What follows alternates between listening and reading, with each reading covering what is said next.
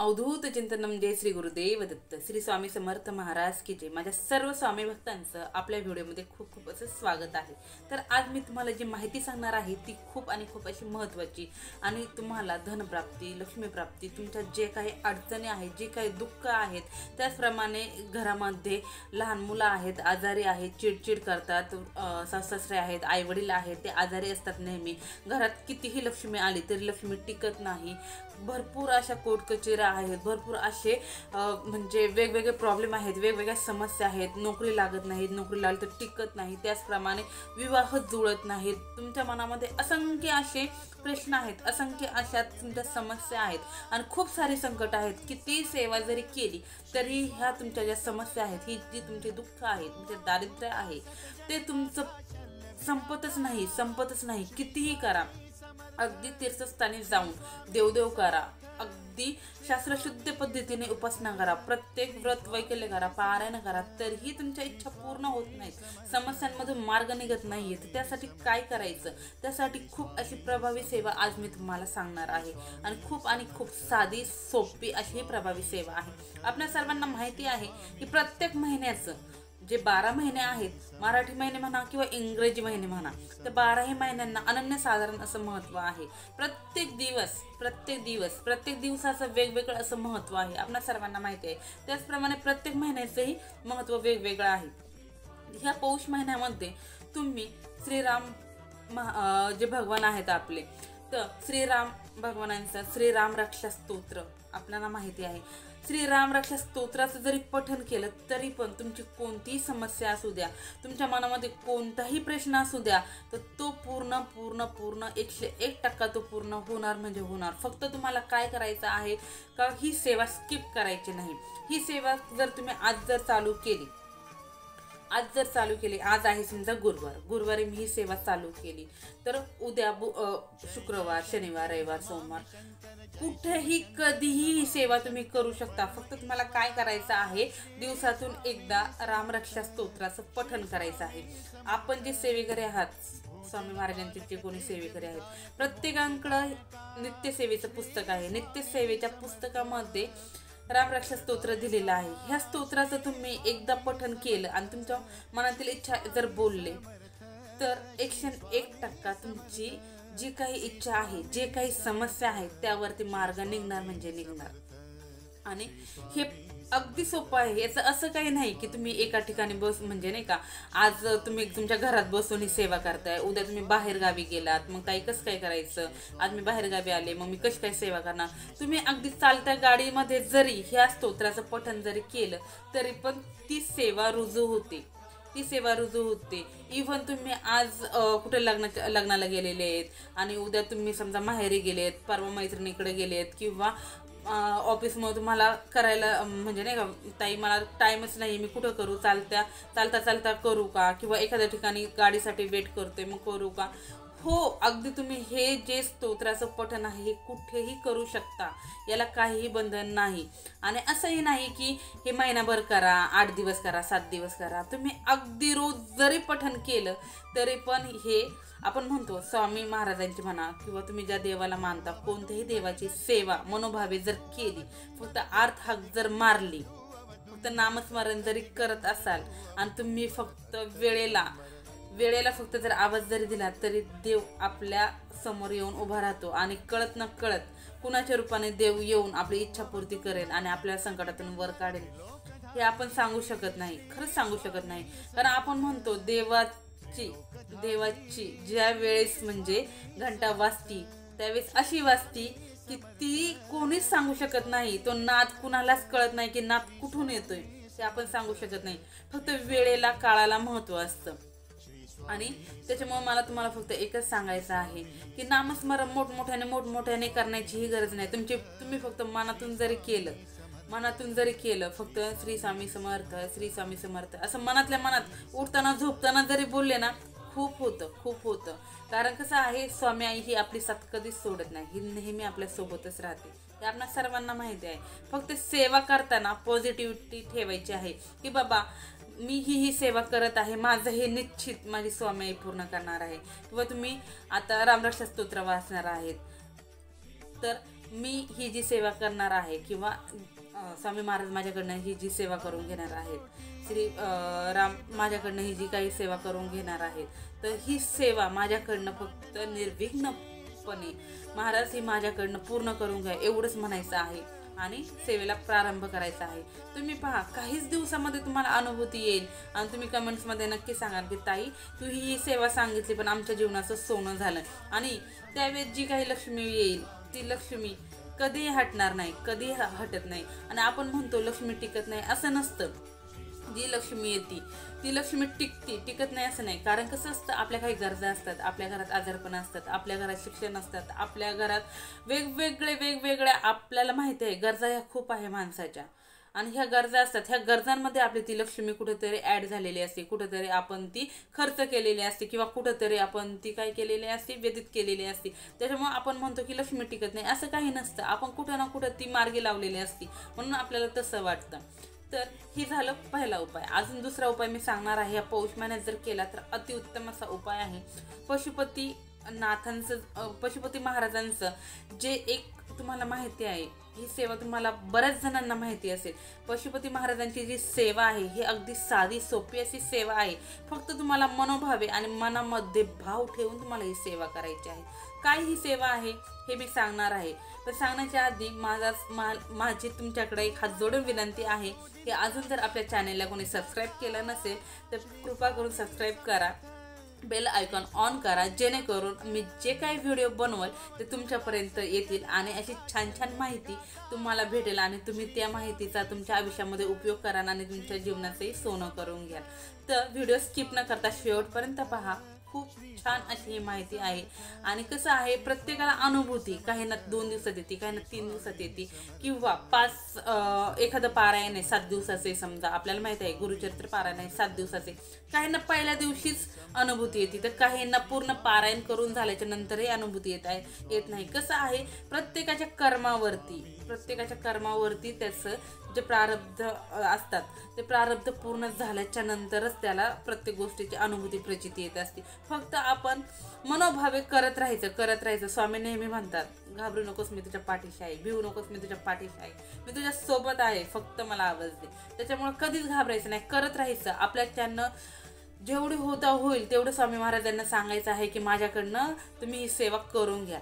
चला तर मी तुम्हाला सांगते पशुपती जे व्रत आहे ते कसं करायचं. अगदी सोपं असं व्रत आहे. तुम्हाला फक्त 5 गुरुवार हे व्रत करायचं आहे. काय करायचं आहे, गुरुवारी तुम्हाला उपवास पकडायचा आहे. तुम्ही तुमच्या प्रकृतीनुसार हा उपवास पकडू शकता. काही लोक हा उपवास निरंकारही पकडतात. निरंकार म्हणजे फक्त पाणी ग्रहण करून पकडतात. काही लोक पाणीही ग्रहण करत नाहीत. काही लोक फक्त फळांवरती हा उपवास करतात. आणि काही लोक खिचडी वगैरे, म्हणजे ज्याच्या त्याच्या इच्छेनुसार हा उपवास केला जातो. एवढंच आहे की फक्त उपवास करायचा असतो. तुम्ही तुमची प्रकृती सांभाळून हे जे व्रत आहे, हे जे उपवास आहे किंवा हे व्रत आहे हे करू शकता. तर मी तुम्हाला सांगते, उपवास करायचा आहे तुम्हाला जसं शक्य होईल तसं. सकाळी उठायचं आहे, आपल्याला मंदिरात जायचं आहे. ही जी सेवा आहे, हे जे व्रत आहे हे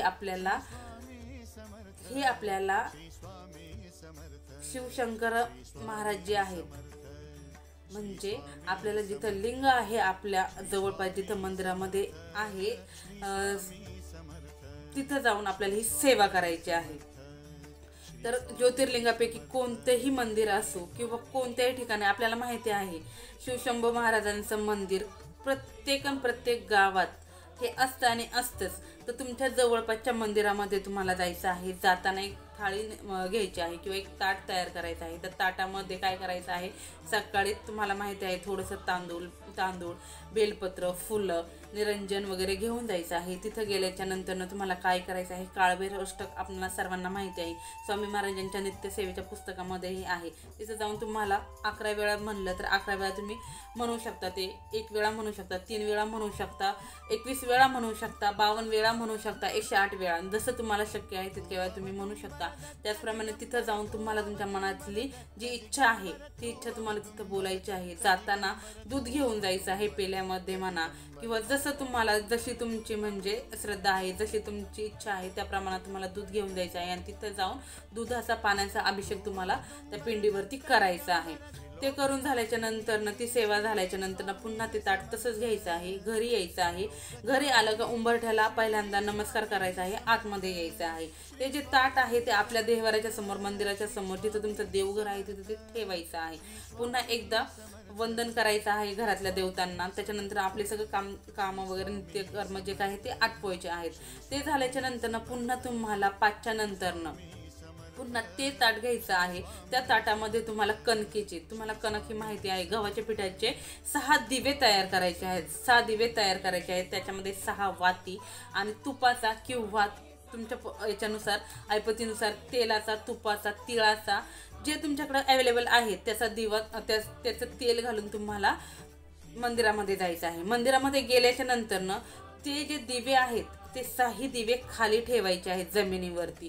ते तुम्हाला पिंडीवरती वगैरे ठेवायचे नाही. ते तुम्हाला पिंडीच्या जी शेजारी जी जागा असते खाली तिथे ठेवायचे आहे. त्या 6 दिव्यांमधले फक्त 5 दिवे तुम्हाला तिथे लावायचे आहेत. एक दिवा लावायचा नाही, फक्त 5 दिवे लावायचे. आपण 6 दिवे घेऊन जाणार आहे, त्यापैकी फक्त 5च दिवे लावायचे आहेत. आणि तिथं पुन्हा तुम्हाला काळभैरव अष्टक म्हणायचं आहे. मग तुम्ही सकाळी जितके वेळा म्हणले, 3 वेळा म्हणले, 7 वेळा म्हणले, 9 वेळा, 11 वेळा, 21 वेळा, 52 वेळा, 108 वेळा, तितक्या वेळा तुम्हाला पुन्हा बोलायचे आहे काळभैरव अष्टक. ते बोलून झाल्याच्या नंतर पुन्हा तुमच्या मनामध्ये तुम्ही हे व्रत ज्यासाठी करत आहात, जी तुमची इच्छा आहे त्यासाठी ती इच्छा तुम्हाला बोलायची आहे. ती इच्छा बोलल्याच्या नंतर तुम्हाला काय करायचं आहे, एक गोष्ट अजून राहिली. घरातून निघताना तुम्हाला प्रसाद बनवायचा आहे. प्रसाद मग कोणताही तुम्ही बनवू शकता. अगदी गुड चपातीचा काला जरी बनवला तरी हरकत नाही. फक्त तो बनवताना त्याचे 3 भाग होतील असा बनवायचा आहे. तर ते 3ही भाग तुम्हाला मंदिरामध्ये घेऊन जायचे आहेत. ज्यावेळेस तुम्ही दिवे लावणार आहात त्याच वेळेस ते 3 जे भाग केलेले आहेत मग ते तुम्ही फुलपत्रात घेऊन जा. त्याचप्रमाणे डब्यामध्ये तुम्हाला ज्यामध्ये न्यायचे त्यामध्ये फक्त 3 भाग करायचे आहेत. ते 3 भाग तुम्हाला तिथे देवाच्या समोर ठेवायचे आहे, पिंडीच्या समोर ठेवायचे आहेत. हे जे तुम्ही काळभैरव अष्टक म्हणत आहात त्यावेळेस ते तसंच ठेवायचे आहे, नैवेद्य अर्पण करायचं आहे. ते झाल्याच्या नंतर तुमचं काळभैरव अष्टक म्हणून झाल्याच्या नंतर तुमची इच्छा व्यक्त केल्याच्या नंतर तुम्हाला काय करायचं आहे, 2 भाग जे नैवेद्य घेऊन तुम्ही गेलेले आहात 3 भाग, त्यापैकी 2 भाग तिथेच पिंडीच्या समोर ठेवायचे आहे प्रसाद म्हणून किंवा नैवेद्य म्हणून. त्यातला 1 भाग तुम्हाला तुमच्या ताटामध्ये घ्यायचा आहे. त्याचप्रमाणे जो 1 दिवा तुम्ही लावला होता तोही तुमच्या ताटामध्ये घ्यायचा आहे. आणि पिंडीला तिथं वंदन करून पुन्हा तुम्हाला तिथून घरी यायचं आहे. घरी आल्याच्या नंतर तुम्हाला काय करायचं आहे, आतमध्ये एंट्री करण्याच्या आधी उंबऱ्याच्या तिथंच तुम्हाला बसायचं आहे. बसल्याच्या नंतर तुम्हाला जो 1 दिवा आणलेला आहे तो दिवा तिथं उंबऱ्याच्या तिथे तुमच्या उजव्या हाताला तो दिवा लावायचा आहे. आणि तिथं त्या दिव्याला वंदन करायचं आहे. आणि जी तुमची इच्छा आहे, ज्यासाठी तुम्ही व्रत करत आहात ती इच्छा बोलायची आहे आणि म्हणायचं आहे की माझी ही इच्छा देवा पूर्ण होऊ दे. हे व्रत माझ्याकडनं पूर्ण करून घ्या. मला कोणतंही विघ्न येऊन देऊ नका. निर्विघ्नपणे माझी हे व्रत पूर्ण होऊ दे असं बोलायचं आहे. घरामध्ये यायचं आहे. घरामध्ये आल्याच्या नंतर तो जो 1 पार्ट तुम्ही प्रसादाचा आणलेला आहे तो प्रसाद तुम्हाला जेवण करण्यापूर्वी तो पूर्ण तुम्हीच खायचा आहे. मग घरामध्ये मुलं आहेत, मग ताई मी मुलांना दिला तर चालेल का, माझे मिस्टर आहेत मग माझ्या मिस्टरांना दिला तर चालेल का, माझे सासरे आजारी आहेत मग प्रसाद म्हणून त्यांना दिला तर चालेल का, किंवा कोणी पाहुणे आले तर आई वगैरे त्यांना दिला तर चालेल का, नाही लहान मुलं आहे तुमचं मग ताई त्याला दिला तर चालेल का, थोडंसं नाही असं काहीही करायचं नाहीये. तो प्रसाद फक्त आणि फक्त जे व्रत करणार आहेत, मग ते व्रत तुम्ही करणार असाल, तुमचे मिस्टर करणार असेल किंवा तुमचा भाऊ करणार असेल, तुमची सासू करणार असेल, सासरे करणार असेल, जे कोणी करणार असेल त्याच व्यक्तीने खायचं आहे. मग समजा हे व्रत ताई आम्ही 2 जण करत आहोत, मीही करत आहे, माझे मिस्टर हे करत आहेत, मग कसं तुम्ही आणि तुमचे मिस्टर जर करत असाल तर दोघांचाही प्रसाद हा वेगवेगळा पाहिजे. दोघांचाही प्रसाद 3-3 टप्प्यामध्ये, त्यांचंही ताट वेगळं पाहिजे, तुमचंही ताट वेगळं पाहिजे. त्यांचाही प्रसाद 3 भागामध्ये हे करायचा. त्यांचेही दिवे 6 दिवे त्यांचे वेगळे पाहिजेत, प्रसाद त्यांचा वेगळा पाहिजे. तुमचे 6 दिवे, तुमचा 3 याचा प्रसाद तुमचा वेगळा पाहिजे. म्हणजे दोघांचीही ताट, घरात जितकी व्यक्ती हे व्रत करणार आहे प्रत्येकाचं ताट हे वेगळं पाहिजे. आणि त्याचा एक जो भाग तुम्ही घरी आणलेला आहे तो भाग फक्त आणि फक्त त्या व्यक्तीने खायचा आहे.